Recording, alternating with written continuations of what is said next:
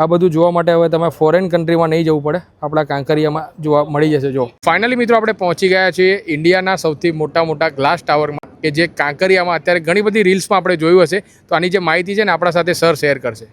આ glass tower છે. Okay. આ ઇન્ડિયામાં પહેલી જ વાર બન્યો છે. ઓકે.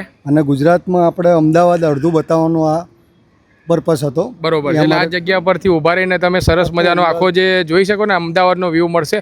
બાકી કાંકરિયાનો તો તમને જબરજસ્ત વ્યૂ તમને આ જગ્યા પરથી જોવા મળી જવાનો. સર હવે કેપેસિટીની વાત કરીએ ને તો કેટલી કેપેસિટી અને ટાઈમિંગ કેટલું રહેવાનું? 30 માણસની કેપેસિટી છે, પણ અમે 20થી વધારે એલાઉડ નથી કરતા, કસ્ટમરની સેફટી પહેલાં એટલા માટે. બરોબર છે. ટિકિટ કેટલું રહેવાની છે? 170 રૂપિયા 20 મિનિટ માટે. 20 મિનિટ માટે 20 મિનિટ માટે તમને અહીંયા રહેવા મળશે.